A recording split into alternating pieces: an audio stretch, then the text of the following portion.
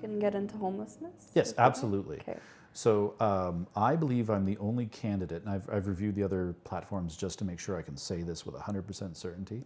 I think I'm the only candidate that's speaking, in my riding anyway, speaking about homelessness. Yes. So 4 years ago when I last ran, we had 3,100 homeless, roughly. Now we're at 5,000. So that tells me, obviously, the system's not working. And so what do we do to correct it? Well, part of the problem is that our shelter system is temporary. You're in at night, out in the morning, there's no stability.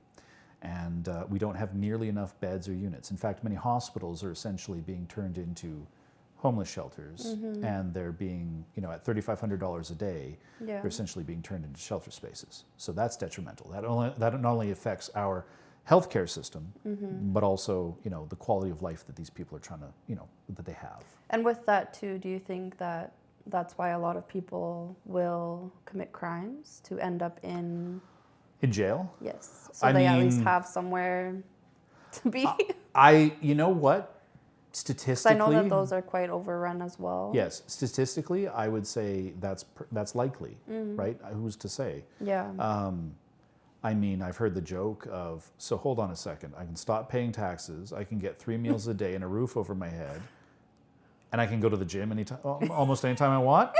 Where do I start? Yeah. But so here's how I think we have to address the situation. All jokes aside, even though I'm appreciating our time together. So it works in Finland and it works in Nova Scotia, shipping container housing. So my platform idea is we go to the feds and we go to the province and we ask for $150 million each. Yeah. Now, roughly when I costed this program out, you'd only need about $254 million, but you might as well get 300 just in case for overages.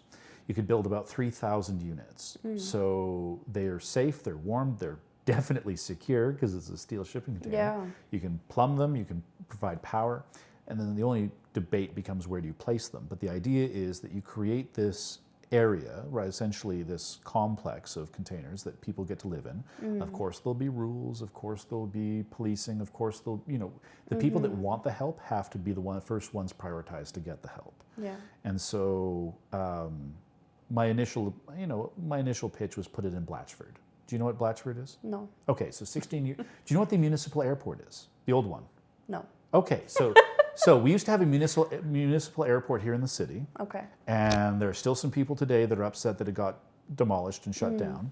But 16 years ago, they broke ground and they were going to turn it into the community of Blatchford with 30,000 residents. There's maybe 3,000 there.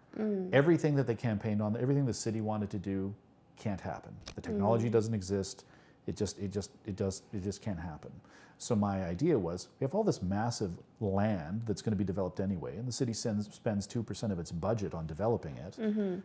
Why not just put them there? Yeah. So you could partition off an area, pave the roads, run power and water, set up the containers, and put those people there, and give them, essentially some stability. Yeah. Make sure to provide wraparound supports. Now, Yeah. where would you get those facilities?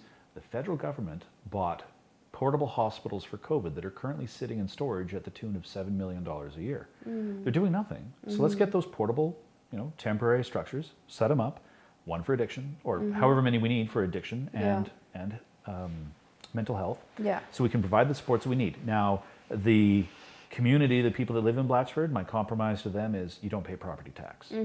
So long as these are here, you don't pay property tax. And you'll get more policing and services, because I get it.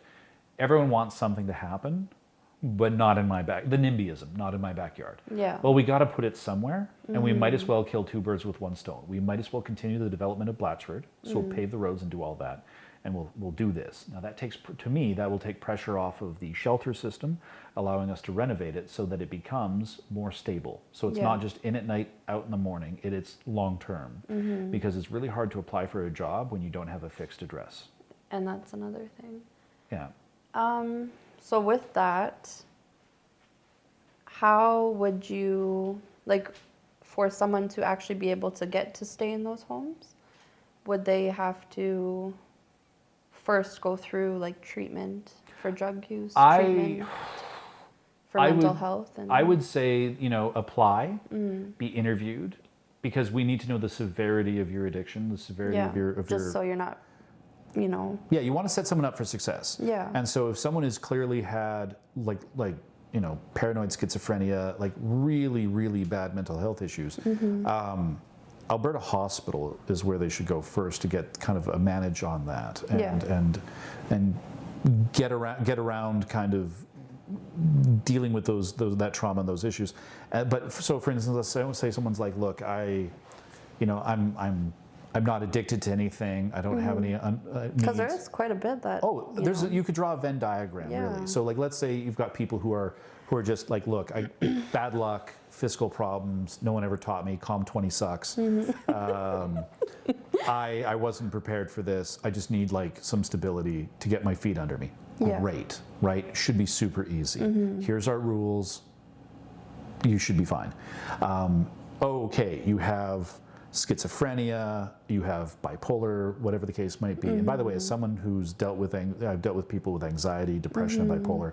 I'm not, for anyone watching this, I'm not saying bipolar is like, a cause of homelessness. I'm just saying when you have an unresolved mental health crisis, okay, here's what we need, and you're homeless, like, look, here's what we need for you to take in order for you to have some kind of agency again. We need you to help you moderate your emotions and your psychological state so that you can be stable and productive, right? So you can actually have some control over your life. Yeah. So we're going to help you get there, but this is our expectation. Welcome to the program, right? It's just, but I don't know, I don't know what is bad enough or severe enough of anything, whether it be addiction or mental health, which one should take priority, that they wouldn't be able to access the system. But like I said, we've got 5,000 people. I'm sure we'll be able to find 3,000 of them that can go in. And then those other facilities will still be there. They'll still be there. Yeah. But we'll renovate them to be long-term. And the beauty of the temporary system is that you can just take them out. Right, you can take out the shipping containers, and because the federal government, the province paid for them. Let's say there's another fire in Jasper or Banff or anywhere else in Canada. Yeah. Emergency housing. Yeah. Right. Or you can sell them off as camp housing to construction companies or oil companies. Clean them up, send them off. It's nice because it's infrastructure that can help us resolve an issue, but then we don't have to continue to pay for the rest of our lives as a city. And we can get it out of an area and then mobilized and helping some other community. So it's a flexible solution. Might be wrong, I'm willing to admit. It might be the wrong solution. It might not be the right one for the right time, but at least it's a proposal. And I'm not really hearing anything from anyone else. And that's what really infuriates me about people running for government is, you know what, even if it's a bad idea, give me an idea, show me hope, show me something. Because if you're just going to say housing's important and then that's it, next, like, I've heard it enough. Well, and homelessness has a few different people problems all tied into one. Yeah. Well, like I said, there's a Venn diagram, right? So people have, there's going to be groups of people where their issue is mental health or addiction or financial. And then there's the overlap of all three or two. So it's identifying them, what's their primary need, and then getting them the support they need and moving them along and actually being there every step of the way. So I actually had a really great conversation with someone at the door. She would disagree with me about the approach. So Maslow's hierarchy of needs, and I doubt you've ever heard of it, but that's okay. Essentially, it is a building blocks or foundations of safety and security for an individual to have agency over their life. So am I fed? Am I warm? Are my physical needs met? And then the next step would be psychological needs, right? Am I able to deal with trauma? Have I dealt with my trauma? Am I stable? And then emotional needs, right? Am I loved? Am I supported? Do I know that there are people there? And then there's a few more bits to it. But essentially, once you have all of these foundational pieces in place, you have agency. There's nothing you cannot achieve because you're supported. Okay. Yeah. So kind of still tied into the homelessness and those plans, do you think that at all it could not make, like, I do see it making things better, but a lot of times people, stay that way even with the help if they refuse? Like, what kind of things can happen if they stay the same? Well, I mean, if nothing changes, then nothing changes, Yeah, I guess. but at least there was. At least you made an attempt. Yes. So 2 points I can address. The first is young gentleman, he can't vote, but he was asking me all kinds of questions like, well, if you can only help 15% of people, is it worth doing? Yeah. Just because you can't help everyone doesn't mean you let some people struggle and suffer because the others don't want it. But then, so yeah, you help who you can help, right? Yeah. And then the other issue becomes, what do you do about the population that refuses any help? And I don't have the answer for that, and I don't think anyone has a good answer for that because, I think there's an interesting conversation about like forced treatment for drug addiction, right? So the province is putting through legislation saying that if it is of a certain severity, that you can be compelled to get treatment. And I understand why they're doing that. And the reality from it is that if you've never dealt with anxiety, like I'm a business owner, I know what anxiety feels like. Yeah, it was rough. There's definitely some rough years. If you've never dealt with depression, anxiety, or any of these kinds of emotions, there's going to be some people out there that say, "Oh, well, just pick yourself up." I have this oppressive weight on my chest. I literally cannot see any light. How can I help myself out of this situation? I need someone to pull me up out of it so that I can see that there is a tomorrow, and then I feel like I've got an opportunity. So I can understand, like, yeah, you need to reach, if someone's not reaching out their hand for support, sometimes you just have to lift them up and go like, look, it can be better, right? You're not alone. You're not alone. Yeah. But when do you do that? Like I said, that's an interesting debate over individual freedom and agency. And what I feel is missing is one's obligation to the society around them. Yeah. Right? But that can be a whole other interview and conversation. Okay. So kind of sort of tied with that, property tax. I know that's one of the things you would like to put a halt on, or? No, absolutely. Absolutely. Yeah. Everyone's going to talk about, and everyone always does talk about, fiscal responsibility, and that's just one of those generic buzzwords that everyone comes out with, and then you have to but the annoying thing is at the doors, they'll define it then and there, as opposed to, no, go online, there it is in black and white, which is freeze the incoming tax. We have a 6.8% tax increase coming next year. My philosophy or my platform is, let's freeze that increase, audit city spending and departments, and show the public, hey, here's where every dollar is going. Are we funding your priorities? Maybe you like what we're spending money on, but you just want to see it moved around. Like, certain things are now a key priority, so we'll fund them accordingly, which means, yes, that some funding will decrease on certain areas, but again, you can't have everything, so we're going to fund the priorities that the public want. But it also might show us that there's some things that the city's been funding that don't really make any sense. Yeah.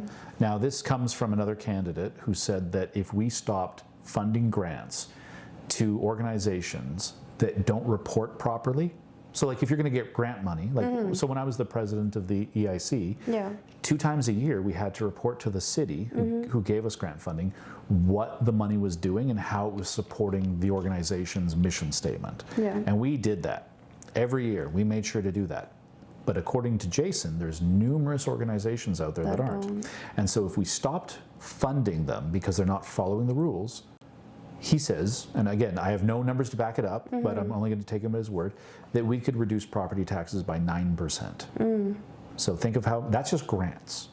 So if we looked at, the fact that the city spent $60 million on electric buses, and if you didn't hear about that, so we used to have electric buses or trams here in the city.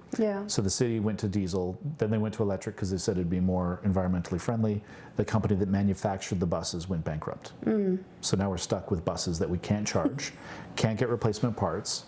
So it's kind of like, did we have to do that?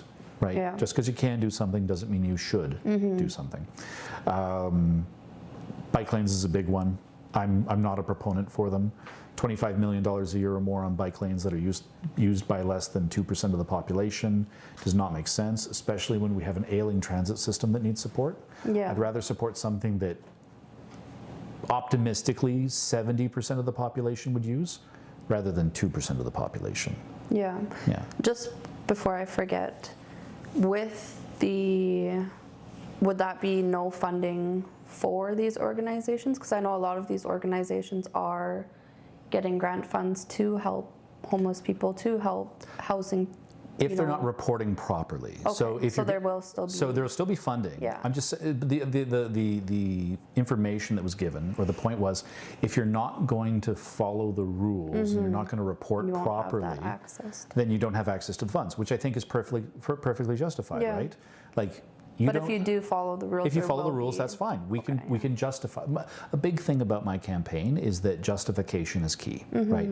So the reason why we audit city spending and show you where all the money's going is because we need to justify tax increases. We Yeah. can't just tell you, oh no, Daytona, it's going to be for your benefit. No, you want to see where the money's going, and most Yeah. people at the doors have said the same thing. I'm happy paying property taxes, but just show me what I'm getting, Yeah. right? So if we detail and make it. Also, if you go online, make it really, really easy to get information, right? You don't have to sift through a 95-page report Yeah. to find something. It should be at most a 2-page summary with links to the information so that you can look at the summary and go, okay, I like that. And if you disagree with it, you can go do your own sleuthing. But we should give you access to all the information Yeah. so that you can check our math. That's what I mean by more accountability and justification. I think Yeah. that'll give people confidence, because right now I don't think anyone has confidence in any level of government. So as I'm running for city council, let's start there. Yeah. Okay. Also, I'm a real hand talker, so I'm really sorry. I like it. Really sorry for the camera guy that I'm a big hand talker. Intelligent people talk with their hands. So. Says intelligent people. So, still in regards to the property tax, Yeah.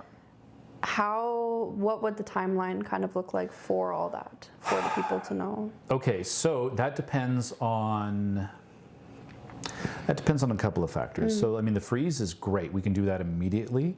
But then the auditing, so every year an independent auditor comes through, but they tell council what they're going to audit. We need to tell the auditor, these are the departments you need to go after, Yeah. and go through them and go to a granular detail.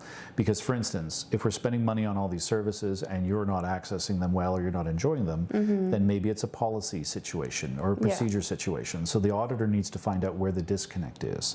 So that allows us to at least fix what we're doing policy-wise. But if there's money that's going out the window, and I'll tell you a story of where it can be proven, we can at least stop the bleeding, Yeah. and then either long-term, over the next couple of years, freeze the tax, or find out where the problem situations are and then start to lower the tax. Because more money does not necessarily mean better service. Yeah. Generally, clear accounting and sound policy will lead to better service. So here's one for you. The city bought a lot of land and they were going to develop it. And Jesse Watson is running for council. You can find this on his Instagram. I've been following him. I love the guy. He's great. He's a former director of the city, so he's got all the little insights on this from being on the inside. So he gave a talk about, or does a video where there's this area that was going to be developed, and so through a city corporation, $4 million flowed through. Nothing was built. So if that's happening there, if Home Ed only reports to the city once per year, if we have all of these ongoing issues, what else aren't we seeing? So that's why we need the audit, is to show the public, look, either this is reality, either it's as good as you think it is or it's as bad as you think it is, but we're all operating on the same objective reality. And then we can create sound policy going forward that the public can get behind to go, yes, we support this and we like what you're doing. And so that's ultimately what I'm hoping to achieve. So when it comes to property taxes, you said timeline. 2 years. I think 2 years is a reasonable timeline to do a lot of the work that hasn't been done, to come up with a direction that we need to go, and justification and proof for why we need to do what we need to do, so that in year 3 we can start seeing a lowering of taxes and a cleaning up of some of the departments, and maybe an improving of delivery of services. Right. So is there somebody that can say, no, like we're not putting a halt on the taxes? If council votes to freeze it, that's what happens. That's what it is. Yeah, council, because otherwise why elect anybody? Yeah. Right, like I said, council has to vote and approve on everything. So the city administration does all the work and the research and brings it to council for approval. Yeah. So if council makes a motion saying we're going to freeze the incoming property tax increase and do an audit of these departments and it That's what's passes, happening. that's what's happening. And there's no stopping it. All right. So, I know you have some business experience. Yeah. So this is more of a personal question, just so people can kind of know you, get to know you. Have you ever personally employed or assisted somebody in getting out of homelessness? Because I know you've volunteered quite a bit, and I've never knowingly helped someone get out of homelessness. But I mean, I've had a lot of employees. Like I did a record of an employment one time for one of my employees who's going through a hospital program. And so sending them off and doing that. But when I looked at the number of people that I had, I'm like, wow, I've had a lot of people come through my doors. Generally, most of my staff, like I've been a Benjamin Moore retailer for 10 years, right, since 2015. Yeah. And most of my people have been with me since then. Right, like I've had a lot of people who are 8, 9, 10 years. That's a lot. Yeah, well, I'm just like, oh yeah, it's only been 4 or 5 years. And Janita, she goes, I've worked for you for 7 years. I go, what? Has it really been that long? She goes, yeah. I'm like, oh my God. Oh my God, I thought you were like 21, 22. She's like, I'm 26. Right, it was nuts. But that's the thing, is time passes and I don't really think about it. I don't think that these people have been with me. When I stop and I realize like these people have been with me since the beginning. Yeah, but where that comes from, I think the reason why people like working for me is that I dealt with some real pieces of work when I was working. I hate micromanagers, right? My philosophy is, here's what we want to achieve. Here's the path I know gets us there. If you find a better way that doesn't cost us more money and does not inconvenience the customer, do it, right? So long as the customer's happy and we're still making money, that's all that matters. But the minute that your solution impacts profitability, we need to look at it and go, why? Probably not the best idea. And if it inconveniences the customer, we stop that immediately because that's what we're here for, is to serve the customer. And and having that background too is very good for running. Well, I think that's what the city needs to do more of, is council and administration need to remember that, like, even though council serves out and administration serves up, because they've got managers to keep happy, all of us serve the public. So from a customer service perspective, that should be like every day. Am I actually serving people properly, or am I jaded and burnt out? Yeah. Maybe go work elsewhere, because I think there's a culture that persists that needs to change, and that's why I've seen all these people come through my doors and not last, is because I can teach anyone to do what I do, right? Anyone can sell paint, but you need to have the right attitude to want to be there and to serve people. Yeah. And so, you might be brilliant, but if you've got the wrong attitude, not for me. Yeah. When did you first get into like politics and all of that? 2021. Okay. Yeah, so I should say. But was it a thought before? I've thought about it before, but it wasn't really crystallized until a friend of mine called me up and he said, hey, I'm really upset with the direction I see the city's going. I'm going to run for council. And I said, you know what? Let's both of us run for council. Yeah. And so within 2 weeks, I had my nomination papers filled out, signed, submitted. I'm now officially a candidate. I said, Mike, how you doing this? How you doing? You doing okay? He goes, yeah, I haven't really filled out my paperwork before my second vacation. I said, well, the fact that you've gone on 2 vacations, you're now door knocking for me. You're going to flyer drop for me. So that was the first time I actually physically got involved in politics, like myself, as a politician. Before that, I would be, I'd go to certain meetings to, like, say, like federally it's called an EDA, or Electoral District Association. Provincially it's called a Constituency Association. So growing up in Lymburn, one of my neighbors, Scott Thorkelson, who sadly passed away from cancer many years ago, he was involved in the Progressive Conservative Party. So I remember going to a meeting where they were going to be sending people off to Ottawa for a delegation on constitutional matters and having debates and discussions.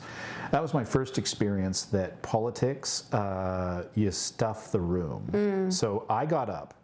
I'll paint you a picture. I had hair back then, by the way. and I was a lot redder. I'm a ginger, so I had a much redder beard, luscious hair that I might miss. And so I'm there in my black and red and yellow Tommy Hilfiger winter jacket, my big ass boots, and a no fear shirt that says injection is good, but I'd rather be blown. Picture that young 18-year-old man. The other two gentlemen who are university students are dressed in three-piece suits. And they get up and I get up and I give my position. It's like, why should I get to go? Right? Everyone that's there, everyone that's on the board, these two young university kids, it's all ordained. It's all selected. They know they're going. But I get up and I give my position and why I should get to go. And I tell them, you know, I give a very good speech. Scott came up to me afterwards and said, "You were a surprise." He goes, "I did not expect that out of you, the way you're dressed." He goes, "You actually gave them a run for their money. But the decision was made weeks ago." And I'm like, that's okay. Yeah. I was a little bit, I didn't really want to go, but it was mostly just to see if I could buck the system. I was a shitty 18-year-old. I was just very much rebellious. It's the hair that does it. Right? Like Samson, it's where my power came from. But my uncle was actually an MLA during the Don Getty years in the 70s. So I'd been around politics a lot, but never really occurred to me that I could do it. Yeah. And the reason why I'm running this time, like the last time, I had no idea what I was doing. You know what? For all of you watching this interview, I was not worth your vote 4 years ago. If you voted for me, I appreciate you. But in all honesty, like I had the education, I had the business experience, but I lacked governance, and I didn't really understand the in a fulsome nature what the job entailed. I would have been flailing. You know, I don't think I would have been bad, but I wouldn't have been good. This time around, I've had 4 years to mature, learn a lot more about what actually the job entails and how to do it. Yeah. So I'm actually worth voting for, right? I think I'm actually a credible candidate. Yeah. But yeah, that was kind of how I decided to get into the politics. I think we already spoke about this one, about the infrastructure. Well, yeah, like one of the platform points is on focusing on core infrastructure. So like moving away from bike lanes, at least like downtown, they're fine. There's a reason for them there, but in the suburbs, there's no real call for it. Yeah. We need to be able to focus on transit and roads because our roads are terrible, right? And you can damage your vehicle and then submit a claim to the city. They rarely get paid. Is my experience dealing with people, because there's someone who's like, yeah, I damaged a tire or I damaged an axle, filed a claim with the city. Nothing was done. Nothing was done. So yeah, just fixing the city. And by the way, I don't know if you. So I have my Flipboard app on my phone. I just punch in like these are the things I'm interested in, and it's like nerd.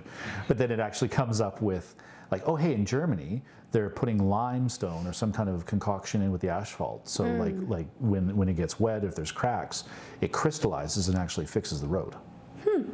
Yeah. Wow. Which, being a big nerd, if you wonder why the Roman structures are still standing to this day, it's because the water, like the way they mix their concrete, is that the water would engage with the limestone and the whatever other concoction they had, and would crystallize and repair the concrete over time. So that's why they have 2,000-plus-year-old structures that are standing today. And that would be something you would want to incorporate into our roads. Let's look at the numbers and make sure it makes sense, yeah. right? Because again, it's not just doing it because I want to, but justifying it to the public. But if I can go to the public and say, look, for an extra let's say 25% more per kilometer, instead of fixing these roads every year or two, we'll see you in 10. Yeah. That cost spread over 10 years becomes a much more palatable option. So the joke I was going to make is the Romans built structures that last beyond their empire, and we can't even keep a road within a year, right? Yeah. Yeah. Well, and then that would also open up more more funds for other things. Yes. Exactly. Yeah. Okay.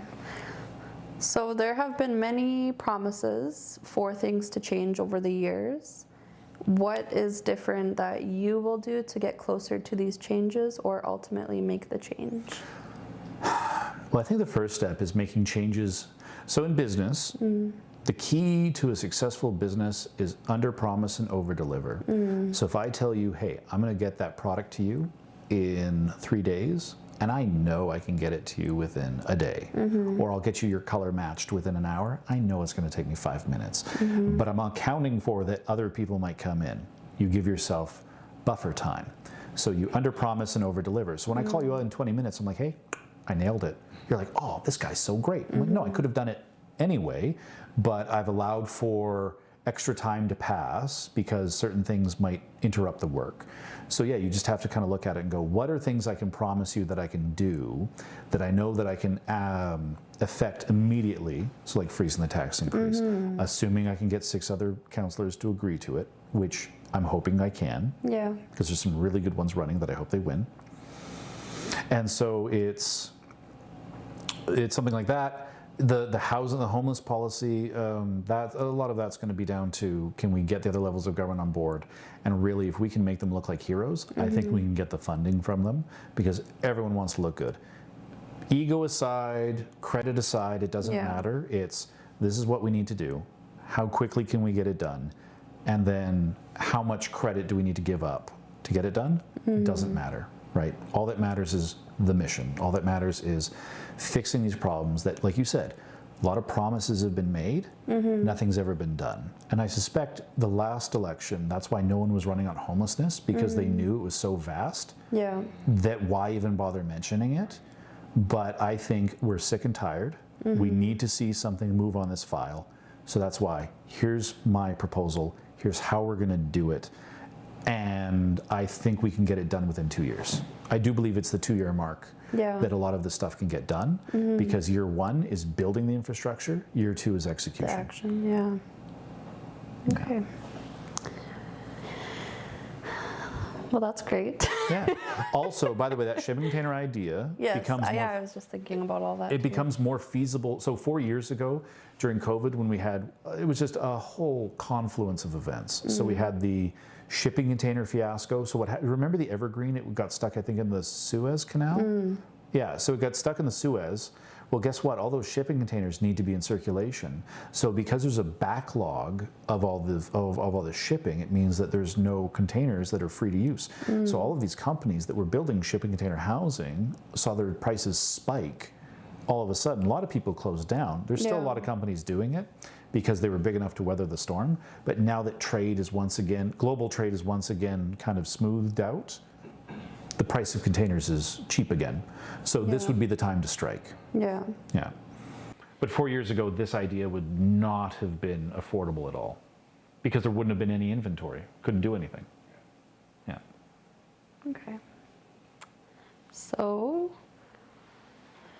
is there anything else you would like to bring up? Sure. Infill. Infill.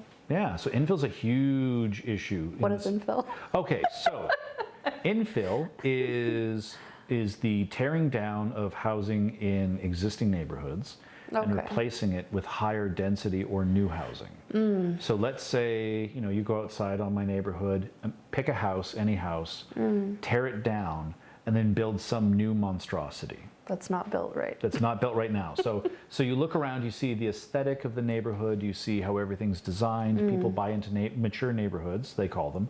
They buy into these neighborhoods because of the aesthetic, right? How quiet it is, how everything looks. This is where they want to live. The blanket zoning bylaw that the city passed a year ago has given free rein to developers. So for instance, in the Highlands area, there are multiple 8-plexes being built. So imagine a house on a corner gets torn down, right? Fairly large corner lot. They're now going to build an 8-plex unit. So that means upwards of 16 people in an area that did not have the infrastructure or capacity for that many people or vehicles, and there's no restrictions for parking, right? So you'll see a lot of mayoral candidates are going to talk about, capping and limits. I myself believe that at most infill should be a 4-plex on corner units, duplex elsewhere. We can double the population without adversely affecting too much the existing neighborhoods or infrastructure. Yeah. But I did a survey, right, for Better Neighborhoods, I think they're called, and they asked me would I be willing to go back to the old bylaw, and I said absolutely. Let's get rid of the blanket zoning bylaw because it's lazy, right? So instead of council approving things, it's just go nuts. Do whatever you want to do. These are the rules. Follow the rules, and we won't have an issue. I don't think that's respectful of the people who live in these communities, and it's certainly not helping. I think the city just really wants to push everyone onto bikes and transit, etc., and with no consideration for, well, some people got to drive, right? So you're making it as hard as you possibly can. There's a story there. I don't know if it's worth going into because it'd be apocryphal.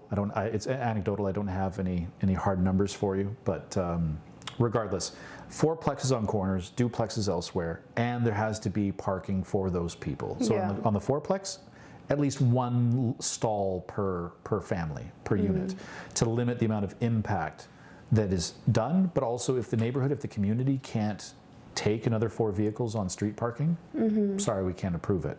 That's infill, right? So new developments, that's new developments. Infill is taking existing neighborhoods and absolutely comprehensively changing the makeup of them. And no one's happy. No one's happy. But what is responsible infill? It'll be interesting to see which mayoral candidate gets elected. I think some of them were campaigning on 8 to 6 units, and now they're all down to 4 units. As if, really, I don't know if it's because developers were like, oh, well, we really want 6 units because we want to make the money. Yeah. But the communities go, we want to enjoy the neighborhoods we built. Yeah. And I respect that. So with that, you're more for infill? I'm not against infill. I just want better clarity around infill. I want there to be very, very strict caps on how much can actually be built, because the city has this desire to get to 2 million people. I have a reason, I think, why they're so hell-bent on 2 million. But I think that, there are so many other areas around the city that they could develop. So like our riding of Ward 7, Sipawinawak, we have all of these mature neighborhoods, and a lot of them, and new neighborhoods, a lot of them are seeing a lot of construction. But there's other areas of the city that would benefit from that kind of investment, right? That would benefit from that kind of growth. And I get it. We're a very desirable community to live in. But if you want to maintain that desirability, don't change the makeup of the communities that you're in, right?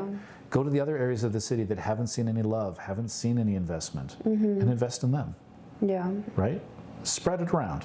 Make it more fair. Now, here's why I think the city's so hell-bent on reaching 2 million people by hell or high water. Do you know what the CRL is? The CRL is the community, no, that's okay, the Community Revitalization Levy. It's the only way the city can actually go into debt. So we borrow money from the province, and we promise to pay it back with future tax revenue. This current council has extended that period until 2044.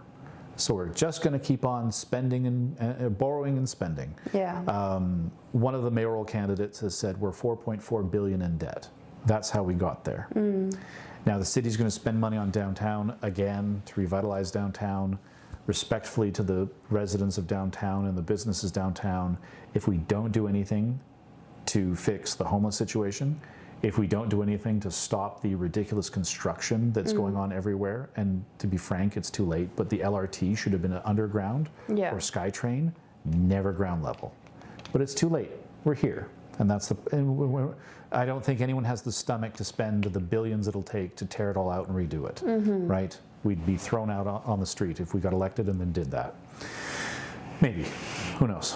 But the point is, we're going to spend all this money revitalizing downtown, so we're borrowing money to spend on revitalizing downtown when there's literally no reason for anyone to go downtown. Yeah. Right? Oh, I can go to a concert. Oh, I can go see an Oilers game. Oh, I can go see, I can go to the Jube, or I can go to the Citadel. Sure. Or you could go to White Ave, and you could go take in any of the theaters that are there. Yeah. Right? I don't know if there's anything, and this is just me personally, I don't think there's anything downtown that screams only downtown. Right? And that's, if you want to revitalize downtown, you need to have that. You need to have a reason for families and people to want to go there, because they'll find something they won't find anywhere else. Yeah. And until we have that, downtown's an afterthought. Lots of stuff that's a downtown adjacent, like one of my favorite ramen restaurants, and I'm not going to give them free press, but they're in the area. You'll probably figure out who it is. Oh, I have my own place. Just kidding. Yeah, but that's the thing, right? Like there's downtown adjacent, but I don't have to go all the way into the core. Yeah. Thankfully. And so with even not homelessness, but just housing in general, I think right now there's kind of a shortage. Oh, maybe? absolutely. Yeah. We build 18,000 doors. So door meaning is just a reference for a unit, right, of any size. We build 18,000 doors in a good year. I think last year or last couple of years we added 55,000 people to the city. The numbers don't add up. Yeah. So do we need more affordable housing? Absolutely. Do we need more housing in general? Absolutely. The question though becomes what is affordable? So like infill, for instance, right? Like the first. Well, and that's the thing, because these places don't want to be, the people there don't want that to happen. Yeah. So how much space do we really have to? Well, that's the juggling act, right? So we have all of this prime farmland around the city, right? Beautiful land. So how much of that do we develop into new housing, which would be cheaper? Because think of this, so house across the street maybe goes for $400,000. It's 50 by 150, or it's an adequate sized lot that you can put 2 skinny homes on there. So let's say $400,000 for the land, because you got to, it is what it is. Yeah. And then you build 2 skinny homes that roughly cost about between 250 to, on the high end, 300,000 each in construction costs. So I've now spent $1 million on that lot of land. So I'm going to sell them for 600 or 700,000 each in order to make my money. That's not affordable. So infill, when it was being solved as like, oh, it'll help make housing more affordable. No, it only took existing housing and made it more expensive. So the only way to get affordable housing again is either through large condos or apartments, right? Or new developments where we charge the developer barely anything for the land and make it as cheap as possible to build. Yeah. Not to make it unsafe. It of course has to be built by code, but the input cost per house has to be low so they can be sold in the $280,000 to $300,000 range, and that's affordable. Yeah. Right, because then you at least can get a decent mortgage, and most professionals, young people that are making $40,000 to $60,000 a year can afford something like that. Right, but the other thing is, if we're tearing out old housing, like I bought a house. After graduating in 2010, I bought a house my dad and I bought a property for $220,000 as a rental property. And I never wanted to be a landlord again. But that's a whole other story. And but we sold it for, I think, like $290,000, in 2019. So 19 years later, and it went up maybe $70,000 in value. That is an affordable house. That is an old 1955 built house. That kind of old structure is cheap for people, like new homeowners, to get into. But if you go drive around and you see these massive 1,700, 1,800 square foot, really nice houses, they're priced out of range. Yeah. So if we're tearing out old mature neighborhoods that ideally are where first-time home buyers are going to find something affordable to build infill, we're actually making it harder for these people to find new housing or their first-time housing. And we're destroying the aesthetic of the community. Yeah. So housing is important, but we also have to respect the communities that pre-exist. Yeah. Right? Because otherwise, if nothing matters and everything's permitted, Assassin's Creed reference, by the way, if you're a gamer. I'm a big nerd. I'm a big gamer, so. Well, and you were in a 2007 movie as a background guy. Oh yeah, actually, I've been an extra now in 2 movies. Yeah, well, the one coming in 2026. Bagman Rising. Yeah. Yeah, so I was an extra in Christmas in Wonderland that they shot at West Edmonton Mall. That movie sucked. Let's be honest, that movie's bad, right? It was direct to DVD, but the cast were awesome. And they looked at me. I was way back in the row, right, in the lineup, and they were coming through, and they saw me, and they saw the lady I was paired with, and like, you're passably attractive. To the front you go. And so now I'm like 6 spots away from Swayze, and that man could not remember his lines. I still okay. So here's the line that he was supposed to give. Right, the premise is he's new to Canada, and his credit card has failed, and so he's trying to deal with it. So it's like beep. Oh, I'm sorry, sir, your credit card's failed. Oh, you know what? My family and I just moved from the States. I haven't called my credit card company. They're probably just flagging my card. He kept saying flashing. So at one point, the director's like, Patrick, it's flagging. They're flagging your card. He goes, why would they flag a card? He goes, why would they flash a card, Patrick? Just say the line. And at one point, they're like, okay, everyone, you got to look really angry. I'm like, man, this guy can't remember his lines, and I can do his lines for him. This anger's real. But then they had a professional extra who was named, who was like, bumping him out of the way and everything else. It was fun. Yeah. It was fun. Bagman Rising is an indie movie that was, so a friend of mine gave me a call and he's like, hey, do you want to be an extra in a movie and get tossed around? And I said, I'm in. So they shot it yeah, okay, I'll tell you where they shot it at. I think it's Chez Pierre's downtown. My cousin works there. So we were in the basement, and it was absolutely, like when you see the video, you'll know it's me, because it's me and so we've got like flannel on. I'm a big guy, so they're just like, oh, we're gonna have fun with you. And yeah, I get thrown around a lot and beat up a lot because it's like, I can take it, but I know how to take a fall. So bag on my head, I can't see much through the holes. That's okay, that bag is gonna come in handy later. We've got airsoft guns, so it's me and my friend Austin. We're like, okay, we're gonna go up to the two heroes, and he gets shot. I push him out of the way and take cover. I move up, I get flipped over onto my back, I get punched, I punch him back, and then I get smashed in the face with a spun sugar vase. That mask helped with the blow. Yeah, because it just like, it took me here, and I was stunned for a second, like, wow, that really hurt. He's like, you okay? I'm like, oh yeah, no, I'm good. But then, so they pause, right? So they pause you for the scene, don't move.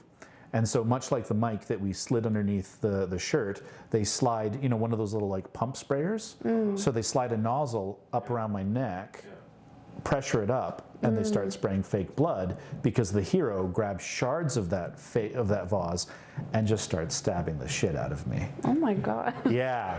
And they're like, go to town, man. Make all the sounds you want. Just really sell it. So I'm hoping it's in the movie, because I'm just like, that was great. Yeah. And they're like, okay, unfortunately, you're going to have to stay there on the cold concrete for the next little while, because your feet are going to be in the shot and we need continuity. So I was there for about 30, 40 minutes. I fell asleep. Yeah, I fell asleep. And then someone came by and they're like, are you still here? I'm like, yeah, you guys told me I needed to be in the shot. They're like, oh shit, we finished. Like, we didn't need to be there anymore. I'm like, oh, it's okay. I got kind of comfortable, fell asleep. And then there's another scene where I come out of the shadows to grab the hero and take him in a choke and pull him into the back room, and then I just get shot. So you don't see it, but you see the flash of light. And I'm like, oh, I'm on camera for all of like a few seconds. But I'm like, you need to throw me downstairs, whatever you want. Make sure there's a crash pad, I'm good to go. Because yeah, I used to do jiu-jitsu, so I learned how to get tossed and not hurt myself. Yeah, didn't know it'd have a practical movie experience. I respect the hell out of stuntmen. Because yeah. Yeah, it's actually... Yeah. It still Real? hurts. Yeah, It still hurts. Like when you get hit, you get hit. Yeah. Yeah. But anyway, yeah. I've got like what was the joke I made in the last campaign? I'm an F level movie star. Because it's like, ooh, an A-list celebrity. It's like, who's that? That's F. Yeah. Anyway. Yeah. It was fun. And so, in relation, I was going to ask at the very beginning, what is Ward 7 more about, and what is your like relation to there? Oh, okay. So Ward 7 is just the boundary that carves out 30-some neighborhoods, right? So there's not much that can really be said. It's just that's how they differentiated communities for us to serve. So it's Ward 7. The indigenous name is Sipiwinawak. We get one of the middle difficulty ones, because you got ones like Métis and Dene, and then you got other ones that I can't even, Ipakuka something or other. And for everyone watching this, I can't, like... So that's not your background? That's not my background, okay. no. But even, I don't know if I should say this, Chief Billy Morin He can't even pronounce some of them. So he's like, that's not my line. He's like, I don't know how to say that. But anyway, I'm actually born and raised in the riding. Yeah, so I grew up in Lymburn. When I knocked on the door of my childhood home, the guy's like, oh, he was still there, the guy that bought the house in 2002 when we moved out. And he goes, oh, you must know this house. I said, yeah, assuming you haven't changed anything, I could probably navigate it blindfold because I know where everything would be. He goes, I had to fix everything your dad did. I'm like, I'll let him know he's a bad handyman. And I did. I phoned him. He goes, yeah, I didn't do great work. But it was really surreal. And then when I go through Westridge, right? So when I was going to university, my parents moved to Wolf Willow, or I should say Wolf Willow Point. And so I lived there for a number of years while attending university and trying to find a job. So it'll be really surreal when I knock on that door, because again, it's like another home. And then Leanne and I moved in 2020 here to Lessard. So you've always been in this? Pretty much. After I graduated from university, I lived in Bonnie Doon for a little bit, just off Victoria Trail way north, off Stony Plain Road for a number of years, but really, and Bonnie Doon was brief. Bonnie Doon was a year or two, Victoria Trail was like a couple of months. My girlfriend at the time said, we are not living here anymore. And it wasn't that it wasn't a nice building. It was actually a lovely, quiet community. I loved it. It's the fact that it was so far from everything and it was difficult to get to work. And so my tenants, remember I said I never wanted to be a landlord? Yeah. They weren't paying the front rent, let alone the back rent. I don't mind telling them, if they watch this, you stole my fixtures and you punched holes in my walls. Yeah. They didn't care. I called them up and they said, what are you going to do about it? Yeah. So anyway, fixed up the place, moved in, and so I lived off Stony Plain Road for a number of years. And then when Leanne and I got together, she's like, we're moving. I'm like, okay.